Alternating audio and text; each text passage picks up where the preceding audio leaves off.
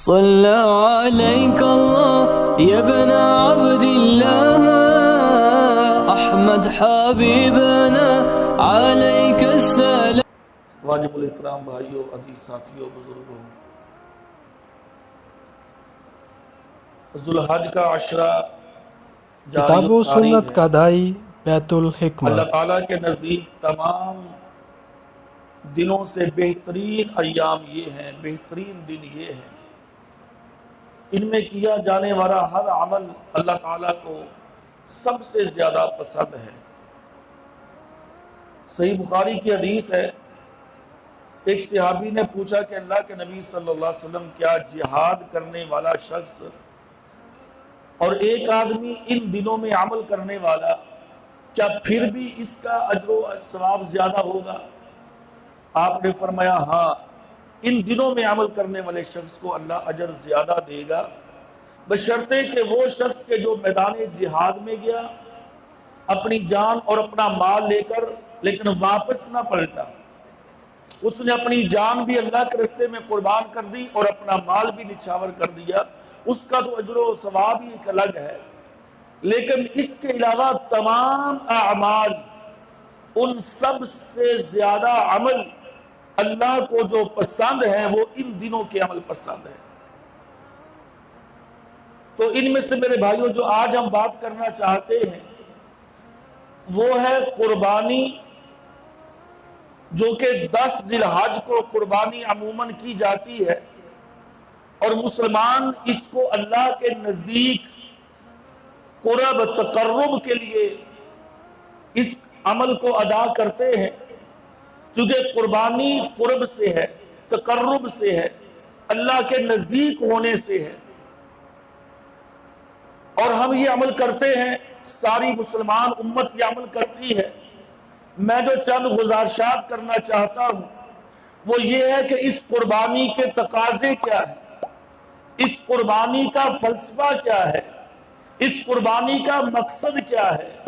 ہر چیز کا ایک مقصد ہوتا ہے، کوئی بھی کام بغیر مقصد کے پایہ تکمیل تک نہیں پہنچتا۔ چھوٹی سی مثال، یہ مائکرو فون لے لیں، اس کا بھی ایک مقصد ہے، آواز کو زیادہ اور دور تک پہنچانا۔ اگر اس کا یہ مقصد حاصل نہ ہو تو ہم اس کو اتار کے پھینک دیتے ہیں۔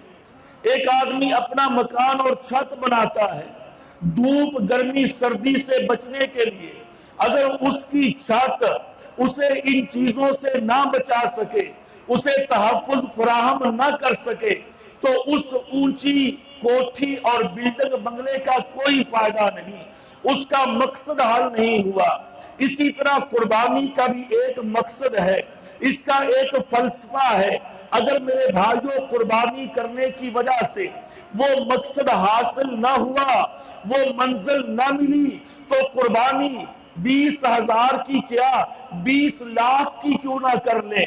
بلکہ آج کل تو ہم دیکھتے ہیں اخبارات کے اندر لوگوں کی تصویریں زینت بنتی ہیں، جانوروں کی تصویریں زینت بنتی ہے کہ 55 لاکھ 60 لاکھ 1 کروڑ تک یہ قربانی کے جانور فروخت کیے جاتے ہیں اور ان کو خریدا جاتا ہے، پھر اپنی بڑی تشہیر کی جاتی ہے، موبائل فون پر، ویڈیو پر، اور سیلفیاں لے لے کر لوگوں کے اندر اس چیز کو مشہور تشہیر کیا جاتا ہے کہ میں نے اتنا مہنگا جانور لے لیا۔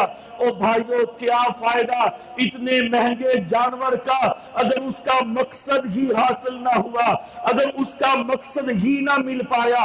تو آئیے سمجھئے اس قربانی کا مقصد کیا ہے۔ یاد رکھیے، سب سے پہلا مقصد جو اللہ اس قربانی کا بیان کرتے ہیں، قُلْ إِنَّ صَلَاتِي وَنُسُكِي وَمَحْيَايَ وَمَمَاتِي لِلَّهِ رَبِّ الْعَالَمِينَ۔ سب سے پہلا مقصد قربانی ہو، نماز ہو، جینا مرنا ہو، یعنی الغرض انسان کی ساری زندگی ہے، اور اس میں خاص کر اللہ نے قربانی کا نام لیا ہے۔ اللہ نے وَنُسُكِي قربانی کا ذکر کیا ہے، چونکہ بہت ساری عوام قربانی کرتے ہیں، اس عمل پہ عمل ہوتا ہے سنت ابراہیم سمجھ کر، پیارے نبی کی سنت مؤکدہ سمجھ کر اور اجر و ثواب کی نیت سے۔ یہ میں نے پہلے عرض کیا تھا، اجر و ثواب اسی عمل کا ملے گا جس عمل کے اندر اخلاص ہوگا۔ اگر اخلاص نہیں ہے تو اس عمل کا اجر و ثواب بھی نہیں ملے گا۔ اللہ نے خاص کر اس میں ان دو چیزوں کا نام لیا ہے، صلاتی و نسکی، ایک نماز ہے اور ایک قربانی ہے۔ اس میں میرے بھائیوں قربانی کی ہم بات کرتے ہیں، آج میں اور آپ دیکھیں تو اکثر قربانی وہ ایک نام نہاد، یا اکثر پتہ ہم کیا کہتے ہیں جب جانور خریدتے ہیں تو کیا سوچ ہوتی ہے، بھائی اتنا مہنگا جانور ہے لیکن اس میں گوشت اتنا نہیں ہے۔ ہم اندازہ لگاتے ہیں اس کے گوشت پر، جبکہ میرا خود اللہ کیا کہتا ہے، لَن يَنَالَ اللَّهُ لُحُومُهَا وَلَا دِمَاؤُهَا وَلَكِن يَنَالُهُ التَّقْوَىٰ مِنكُمْ۔ اللہ کہتا ہے مجھے نہیں چاہیے گوشت، مجھے نہیں چاہیے خون، مجھے نہیں چاہیے جانور، مجھے نہیں چاہیے یہ خوبصورتی، اللہ التقویٰ، اللہ کہتا ہے مجھے تو تیرا تقویٰ چاہیے۔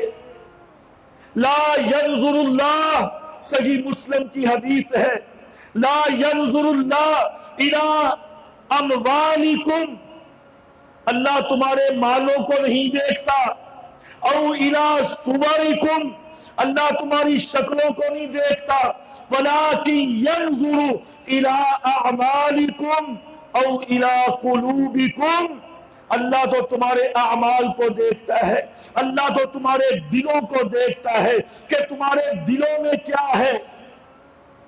اللہ رب العالمین نے صحابہ اکرام رضوان اللہ تعالی علیہم اجمعین کی جو تعریفات کی ہے، جو اللہ نے ان کو ایک سرٹیفکیٹ دیا ہے، رضی اللہ عنہم ورضوا عنہ، اس کے پیچھے کیا فلسفہ تھا، اس کے پیچھے مقصد کیا تھا؟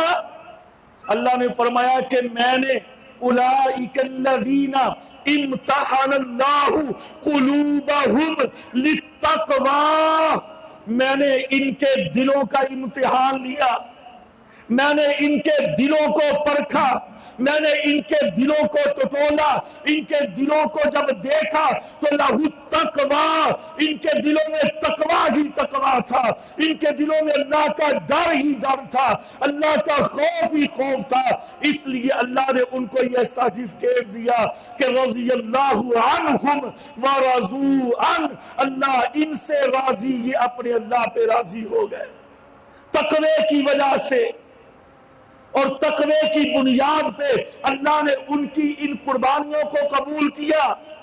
بڑی مشہور یہ بات ہے، اللہ نے اس کا تذکرہ قرآن مجید میں سورہ المائدہ میں بھی کیا ہے، اذ قربا قربانا فتقبل منہما، جب نبی آدم علیہ السلام کے دو بیٹوں نے قربانی کی تو اللہ نے ایک کی قربانی کو قبول کیا اور دوسرے کی قربانی کو رد کر دیا، اس کی وجہ کہ اس میں تقویٰ تھا، اس کا مقصد تھا۔ کیا مقصد؟ جو میں عرض کرنا چاہتا ہوں کہ اللہ کا خوف ہو، اللہ کا ڈر ہو، اللہ کے نزدیک ہونا چاہتا ہو، اللہ کا قرب حاصل کرنا چاہتا ہو، اللہ کا تقرب حاصل کرنا چاہتا ہو، تو اللہ فرماتا ہے کہ مجھے تمہارے دل، مجھے تمہارے اعمال چاہیے، تمہاری شکلیں یا تمہارے مال۔ اللہ کہتا ہے میں ان چیزوں کو نہیں دیکھتا۔ تو اس لیے میرے بھائیوں اللہ نے کہا کہ ان صلاتی و نسکی، یہ دو چیزیں لازم ہیں، نماز اور قربانی، اور اس کے بعد محیایا و مماتی، زندگی اور موت، بڑا گہرا تعلق ہے ان چار چیزوں کا۔ نماز ہے اسی کے اندر جس کا عقیدہ صحیح، نماز وہی ادا کرے گا جو اپنے اللہ کو جانتا ہوگا، جو نماز ادا کرے گا یقیناً اللہ کا قرب حاصل کرنے کے لیے وہ ہر قسم کا عمل اس کو پسند کرے گا. اس میں ایک تقرب کا بہت بڑا ذریعہ یہ قربانی بھی ہے. اور جس کا اللہ کے نزدیک ہونے کا ارادہ ہو، جو قربانی کرتا ہو، جو نماز پڑھتا ہو، پھر محیایا و مماتی، یہ کیسے ممکن ہے کہ اس کی زندگی کسی غیر کے لیے ہو؟ پھر یہ کیسے ممکن ہے کہ اس کا مرنا الیکشن کے لیے، اس کا مرنا مال کے لیے، اس کا مرنا کرسی کے لیے، اس کا مرنا کسی جائیداد کے لیے ہو؟ اس کا مرنا بھی اللہ کے لیے ہوگا، اس کے شب و روز بھی اللہ کے لیے ہوں گے، اس کی زندگی بھی اللہ کے لیے ہوگی، اس کی موت بھی اللہ کے لیے ہوگی. جس کی قربانی صحیح ہوگی، جس کی نماز صحیح ہوگی، اس کا عقیدہ بھی صحیح ہوگا. چونکہ اگلی آیت میں اللہ نے مزید وضاحت کی ہے کہ لا شریک لہ وبذالک امرت، یہ اللہ کے لیے قربانی کرنے والا، اللہ کے لیے نماز پڑھنے والا، اللہ کے لیے مرنے والا، اللہ کے لیے جینے والا، اس کا ایک نظریہ ہوتا ہے، اس کی ایک سوچ ہوتی ہے. اس کی سوچ وہی ہے جو پیارے پیغمبر نے دی ہے، جو اللہ نے عطا کی ہے. لا شریک لہ، یہ سب سے بڑی سوچ ہے کہ وہ اللہ کے ساتھ کسی کو شریک نہیں بناتا، اور اللہ کو اپنا مشکل کشا، اپنا حاجت روا، بگڑی بنانے والا، اپنا داتا، اپنا گنج بخش، اپنا غوث، اپنا سب کچھ ایک اللہ کو سمجھتا ہے، اسی پہ اعتقاد رکھتا ہے، اسی پہ یقین رکھتا ہے، اسی پہ بھروسہ رکھتا ہے. فتوکل علی اللہ ان اللہ یحب المتوکلین، اللہ پہ توکل رکھتا ہے، اللہ پہ بلیو کرتا ہے. یہ وہ شخص ہے کہ جس کی قربانی اور عبادت اور نماز مرنا جینا اللہ کے لیے ہوتا ہے. تو چلے آگے چلتے ہیں.